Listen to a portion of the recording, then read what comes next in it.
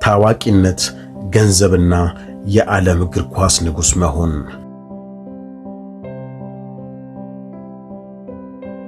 የክርስቲያኖ ሮናልዶ ሕይወት ዛሬ እንደ ህልም ይቆጠራል።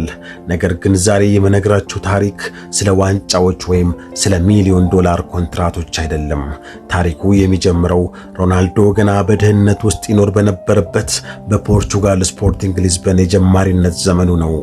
ማንም በማያውቀው በዚያ ጊዜ አንዲት የበርገር ቤት ሰራተኛ ያደረገችለት ትንሽዬ ደግነት ዛሬ በዓለም ዙሪያ የምንሰማው ትልቅ ትምህርት ሆኗል።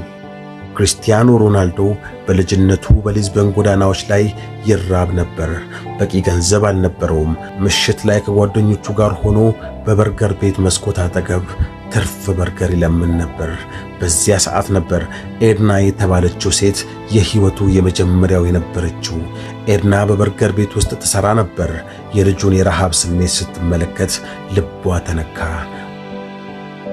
በየቀኑ ምንም ገንዘብ ሳይኖራቸው ለሚመጡት ልጆች ትኩስ በርገር በነጻ ታበላ ነበር። ይህች ደግ ሴት የሮናልዶን ረሃብ ብቻ ሳይሆን ተስፋውንም ነበር የታደገችው። ዓመታት አለፉ። ሮናልዶ ወደ ዓለም ታዋቂነት ተሸጋገረ። በዙሪያው ብዙ ሰዎች ታዩ። ነገር ግን ያቺ የልጅነት ጊዜ የበርገር ቤት ሰራተኛ ኤድና ከትዝታው አልጠፋችም። ሮናልዶ በቃለ መጠይቆቹ ላይ ሁሌ የሚናገር የነበረው አንድ ነገር ነበር። በዚያን ጊዜ ረሃቤን ያቀለለችልኝን ሴት ማግኘት እፈልጋለሁ። ብዙዎች የሮናልዶን ታሪክ እንደ ተረት ይቆጥሩት ነበር፣ ግን እሱ ቃል ገብቶ ነበር።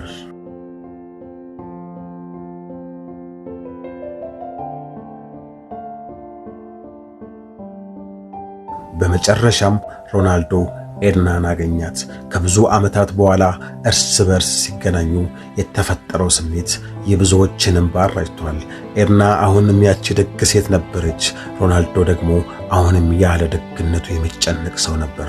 ሮናልዶ ለሷ ያሳየው ክብር ለገንዘብ ሳይሆን ለሰው ልጅ ደግነት ያለው ቦታ ምን ያህል ትልቅ እንደሆነ አሳይቷል። በወቅቱ በሰጠው ቃለ መጠይቅ ላይ እሷ ባትረዳኝ ኖሮ ዛሬ የት እንደምደርስ አላውቅም ነበር ሲል በግልጽ ተናግሯል።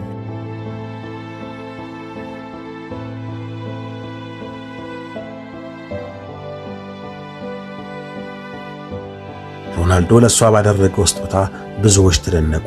ምንም እንኳን የሽልማቱ መጠን ሚስጥር ቢሆንም ከገንዘብ በላይ ለኤድና የተሰጠው ክብርና እውቅና የህይወቷ ትልቁ ስጦታ ሆኗል።